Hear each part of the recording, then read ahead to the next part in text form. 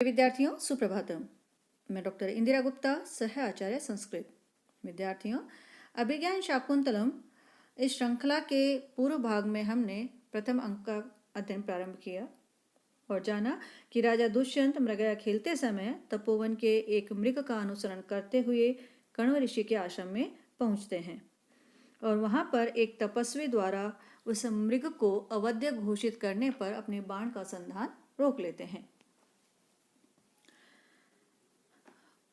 उस तपस्वी से दुष्यंत को ज्ञात होता है कि पास में एक आश्रम है, उस आश्रम में जो है कण्व ऋषि रहते हैं, कण्व ऋषि का आश्रम है।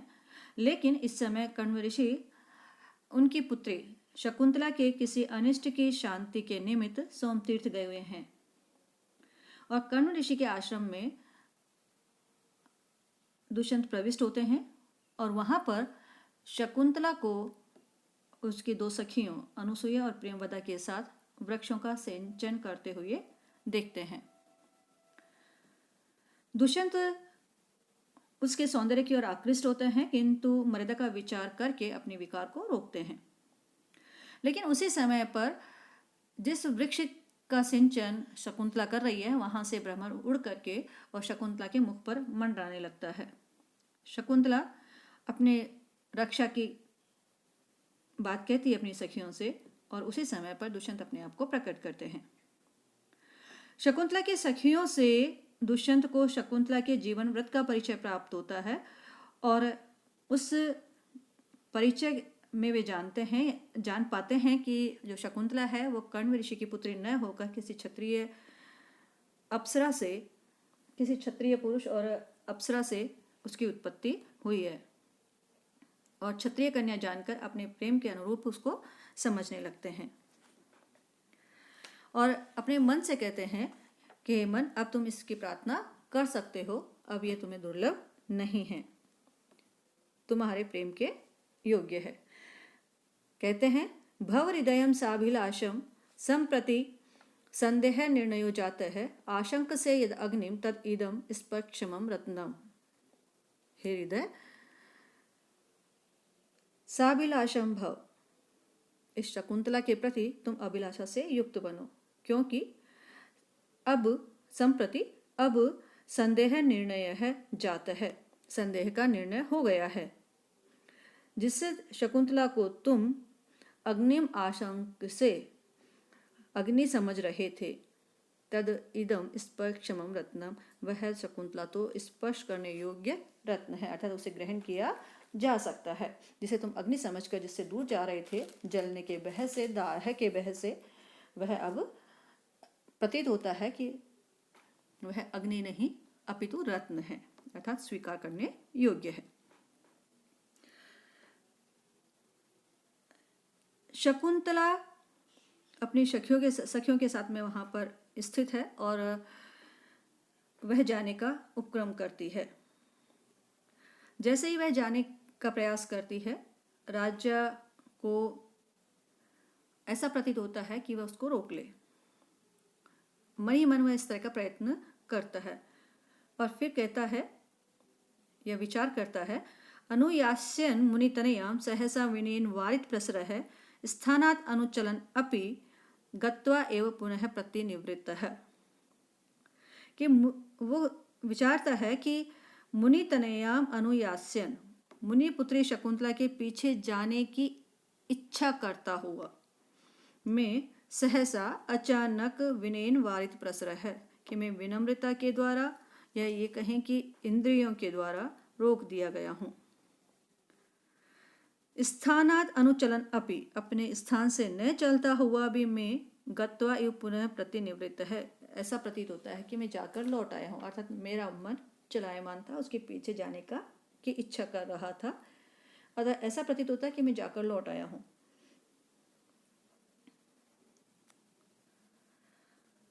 इस संबंध में वह ये सोचता है कि मैं मुनि कन्या के पीछे पीछे जाने की इच्छा करता हुआ सहसा सहज धैर्य, जितेंद्रिय स्वभाव और विनय के द्वारा रोक दिया गया हूं।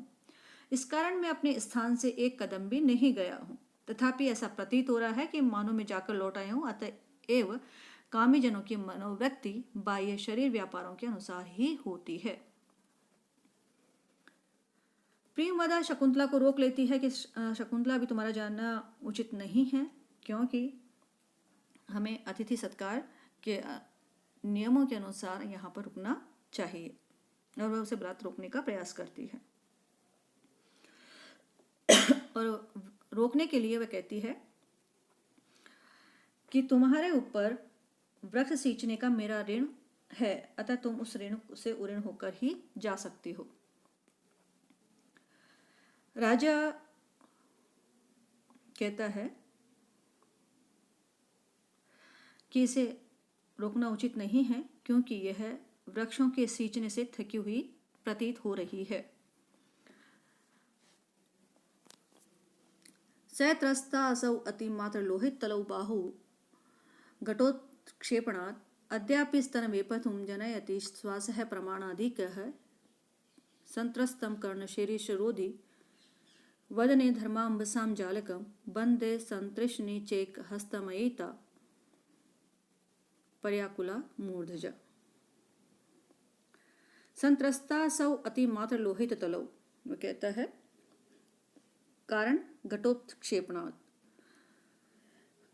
घड़े उठाने से, बाहु जिसकी दोनों भुजाएं हैं, संत्रस्ता सौ अतिमात्र लोहित तलौ, दोनों भुजाएं कैसी हो गई हैं, झुके हुए कंधों वाली हो गई हैं, त्रस्त थके हुए कंधों वाली हो गई हैं। और अतिमात्र लोहित तलौ, और जिसकी जो हथेलियां हैं वे अत्यधिक लाल हो गई हैं।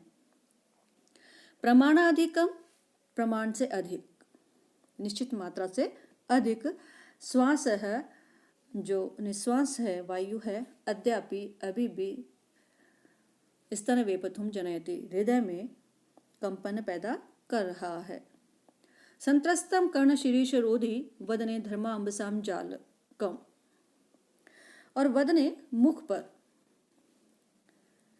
कर्ण शीर्ष रोधी कानों के कानों में जो शीर्ष के पुष्प पहन रखे हैं उनको हिलने से रोकने वाला धर्माम्बसाम जालकम, जो पसीने की बूंदों का समूह है वह त्रस्तम पड़ा हुआ है, मतलब मुख पसीने से लथपथ हो रहा है। बंदे संतृष्णि चेक हस्तमयिता, और जो केस पास फैले हुए हैं, ढीले पड़े हुए हैं, उनको पर्याकुला मूर्धजा, ऐसे इधर उधर बिखरे हुए बालों को वह एक हस्तमयिता, एक हस्तयमिता, एक हाथ में पकड़े हुए है।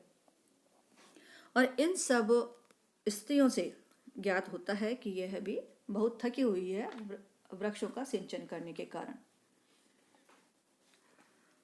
और इसी चीज को वह पुष्ट कर रहा है और उसके 4 कारण दिए हैं इसमें। हमने जो जैसा कि हमने पढ़ा है कि निरंतर गड़े उठाने से इसके कंधे झुके गए हैं, हथेलियां लाल हो गई हैं, श्रमाधिक्य से निश्वास वायु तेज चल रही है और हृदय में कंपन हो रहा है।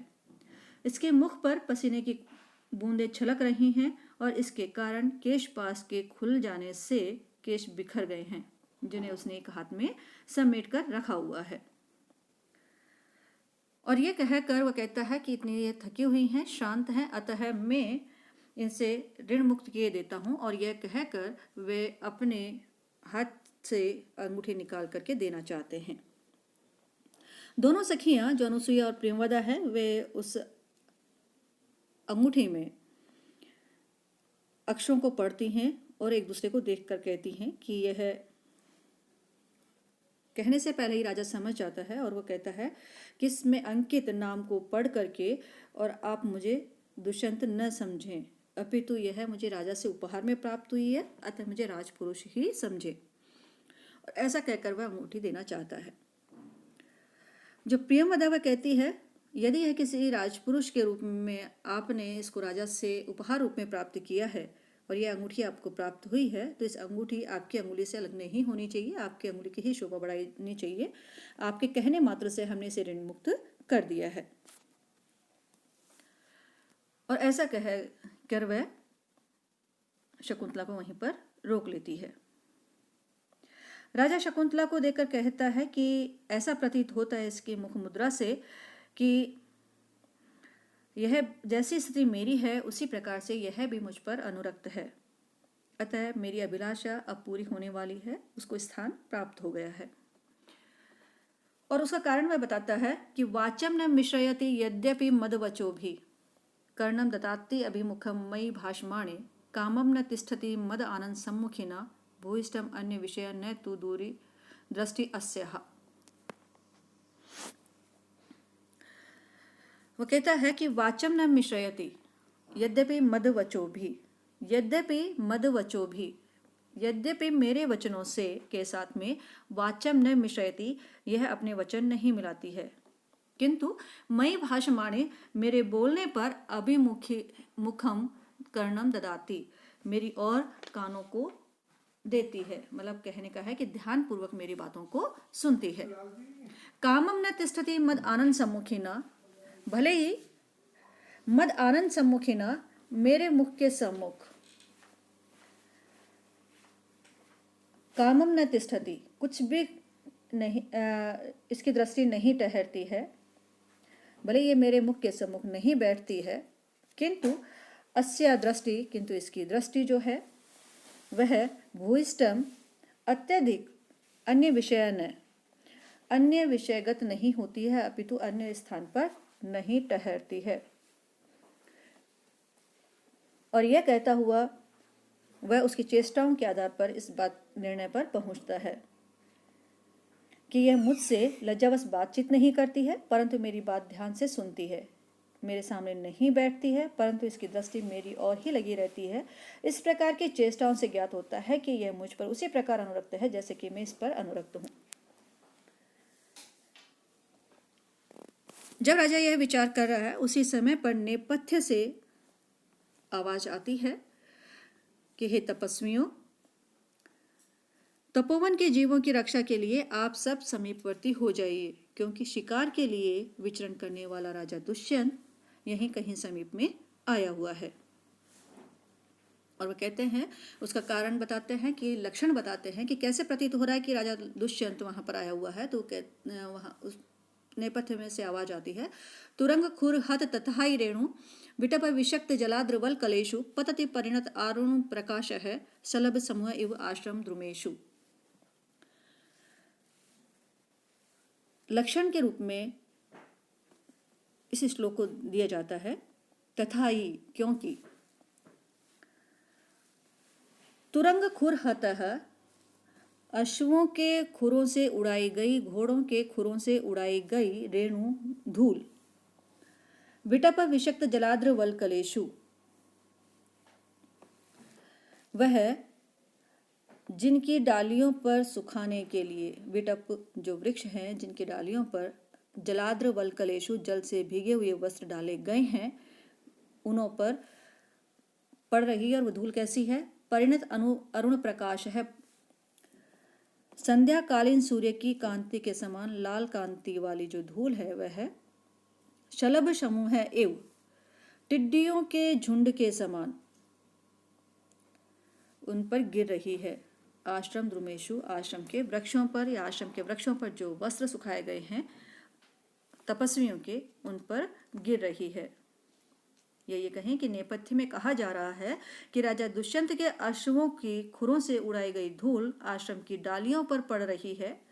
और यह दृश्य रंगमंच पर भले ही नहीं दिखाया जाता, लेकिन उसका चित्रण किया जा रहा है।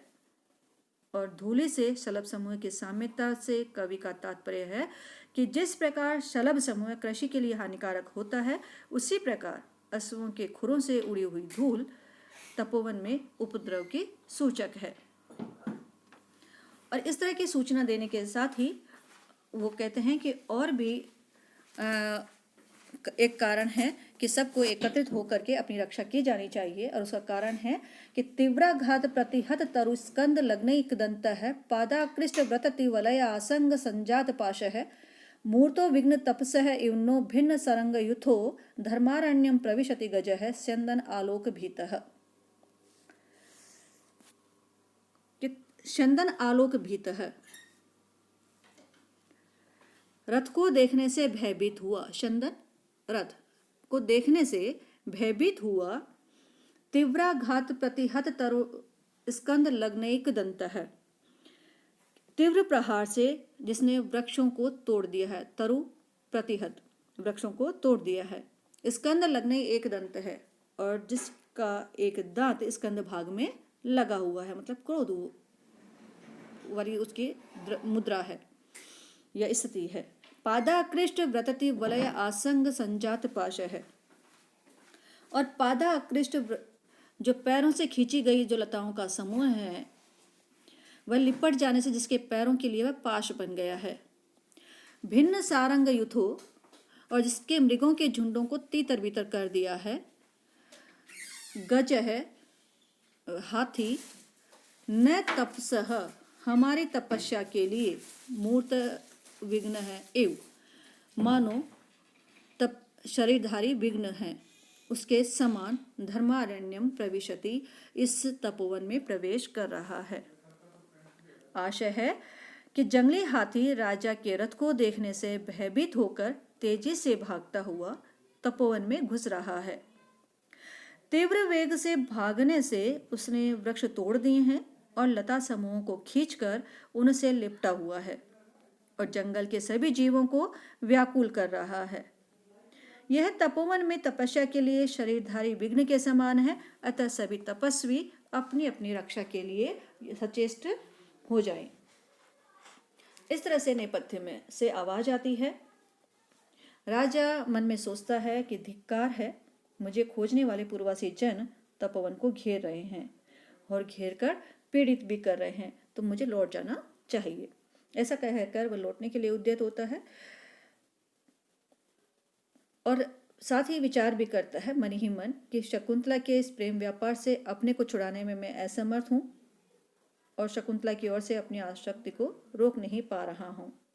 ऐसा विचार करता हुआ वह जाने का प्रयास करता है और विचार करता है। गच्छति पुरः शरीरम धावति पश्चात असंस्तुतम चेतः चिनांशुकम इव केतो प्रतिवातम नीयमानस्य, कि मम शरीर, कि जो ये मेरा शरीर है यह पूरा गच्छति, आगे की ओर जा रहा है। प्रतिवातम नियमानस्य, हवा के विरुद्ध ले जाए जाते हुए, केतो, ध्वजा के, जो कैसी है, चिनांशुकम एव, चीन से निर्मित या कहें कि कोई रेशमी वस्त्र से निर्मित जो ध्वजा है उसके समान, असंस्तुतम चेत है, जो अपरिचित सा मेरा मन है वह धावती दौड़ रहा है, प्रतिवातम नियमानस्य, जो विपरीत हवा है, हवा के विरुद्ध ले जाए जाते हुए ऐसा प्रतीत हो रहा है। कहने का है कि जो मेरा मन है वो पीछे शकुंतला की तरफ जा रहा है। आरण्यक वृत्तांत को सुनकर जो राजा है अपने सैनिकों से मिलने के लिए चल देता है और उस समय उसका मन चूंकि शकुंतला के प्रति आसक्त है तो अपनी तुलना ध्वजा के उस रेशमी वस्त्र से करता है जो हवा के वेग से विपरीत ले जाए जाने पर पीछे की ओर उड़ता रहता है। ध्वजा का दंड तो आगे की ओर बढ़ जाता है लेकिन हवा के प्रवाह से पताका पीछे की ओर ही फहराती है और इसी प्रकार शकुंतला पर आसक्त राजा का मन आगे की ओर जा रहा है और उसका शरीर सैनिकों से मिलने के लिए बढ़ रहा है। और ऐसा नेपथ्य से आवाज आने के पश्चात सब अपने अपने स्थान को जाते हैं। सखिया भी अपने स्थान को चली जाती है शकुंतला के साथ में और राजा अपने पड़ाव की तरफ चला जाता है। सभी पात्र रंगमंच से चले जाते हैं। नाटक के एक अंक में कथा वस्तु की योजना एक ही दिन की घटित प्रतीत होती है। 3-4 मुख्य पात्रों के द्वारा कथानक का विकास चित्रित कर अंत में निर्गमन दिखाया गया है और अंत में नायक दुष्यंत तथा शकुंतला के परस्पर आसक्त मनोदशा का संकेत कर अग्रिम कथानक के लिए सूचना दी गई है, ऐसा प्रतीत होता है और प्रथम अंक समाप्त हो जाता है। द्वितीय अंक का अध्ययन करेंगे हम अग्रिम भाग में। धन्यवाद।